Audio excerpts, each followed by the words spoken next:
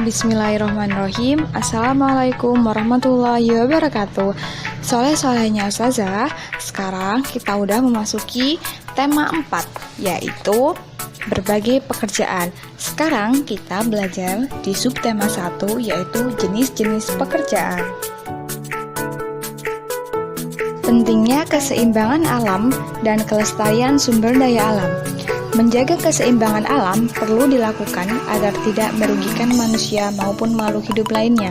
Sumber daya alam adalah segala sesuatu yang ada di alam dan digunakan untuk memenuhi kebutuhan manusia.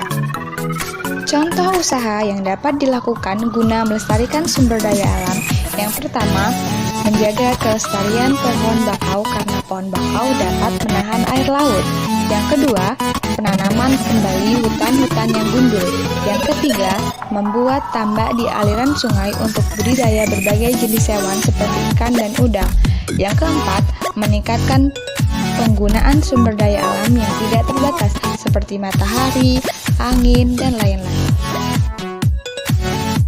Jenis pekerjaan sesuai tempat tinggal masyarakat. Terdapat berbagai macam tempat tinggal masyarakat di Indonesia. Setiap tempat tinggal memiliki sumber daya dan kondisi yang berbeda-beda. Hal ini mempengaruhi kegiatan ekonomi masyarakat. Oleh karena itu, masyarakat memiliki pekerjaan yang berbeda-beda. Jenis pekerjaan dataran tinggi. Dataran tinggi memiliki udara yang sejuk. Masyarakat dataran tinggi biasanya bekerja sebagai pedagang, peternak, perkebun. Jenis pekerjaan di dataran rendah. Dataran rendah biasanya memiliki tanah yang subur dan landai. Oleh karena itu, dataran rendah cocok dimanfaatkan sebagai tempat bertani. Biasanya bertani padi, kelapa, tebu, dan lain-lain. Tetapi ada juga yang bekerja sebagai peternak dan pedagang. Jenis pekerjaan di pantai. Pantai merupakan bagian di dataran rendah yang berbatasan langsung dengan laut. Sebagian besar dataran di pantai ditutupi oleh pasir.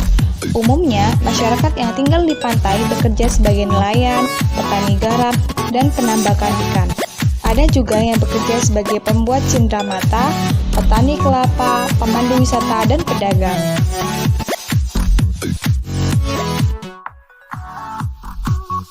Mengulas isi buku sastra. Sebuah buku sastra biasanya berisi satu atau beberapa cerita. Mengulas isi buku sastra berarti menjelaskan satu persatu hal yang dibahas di dalam buku. Selain itu, mengulas isi juga berarti menilai atau memberi pendapat terhadap buku yang sudah dibaca. Hasil mengulas isi disebut juga sebagai ulasan. Ada beberapa hal yang dapat diulas dari sebuah buku sastra. Di antaranya, yang pertama, data buku. Data buku berisi judul, penulis, penerbit, jumlah halaman, dan tahun buku diterbitkan. Yang kedua, inti cerita yang terdapat di dalam buku. Yang ketiga, manfaat membaca buku tersebut. Dan yang terakhir, kelebihan dan kekurangan dari buku. Makna sila Pancasila. Sila pertama Pancasila berbunyi ketuhanan yang Maha Esa. Berikut beberapa makna yang terkandung dalam sila pertama Pancasila. Yang pertama, percaya kepada Tuhan yang Maha Esa sesuai dengan ajaran agama masing-masing. Yang kedua, melaksanakan kewajiban dan keyakinan terhadap Tuhan yang Maha Esa. Yang ketiga, saling menghormati antar umat beragama supaya tercipta kerukunan. Yang keempat, tidak mengganggu teman yang sedang beribadah. Dan yang kelima, membina kerjasama dan menolong antar umat beragama. Menyebutkan tokoh-tokoh cerita. Salah satu unsur penting dalam sebuah cerita adalah tokoh. Tokoh adalah pelaku dalam sebuah cerita, misalnya hewan atau tumbuhan. Berdasarkan peranannya, tokoh dalam cerita dibedakan menjadi dua, yaitu tokoh utama dan tokoh pembantu. Tokoh utama selalu hadir dalam setiap peristiwa dan menjadi penentu tema cerita, sedangkan tokoh pembantu berperan mendukung tokoh utama. Memberikan pendapat terhadap perilaku tokoh dari cerita yang dibaca.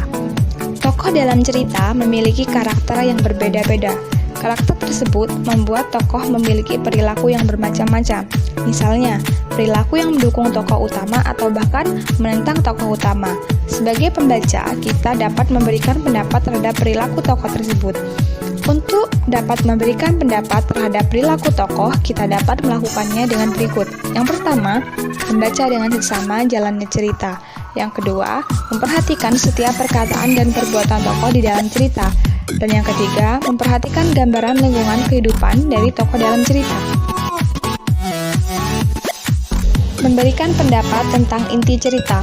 Selain tokoh, untuk dapat menentukan inti cerita, kita juga harus mengetahui tentang jalan atau alur dalam cerita tersebut. Di dalam sebuah cerita, biasanya terdapat suatu permasalahan yang membuat cerita lebih berwarna yang disebut konflik. Kita dapat memberikan pendapat mengenai konflik yang terdapat dalam cerita dengan cara sebagai berikut. Yang pertama, bacalah cerita dengan cermat, termasuk dialog yang terjadi antara tokoh. Yang kedua, carilah suatu paragraf yang memuat sebuah masalah, pertentangan, atau perdebatan.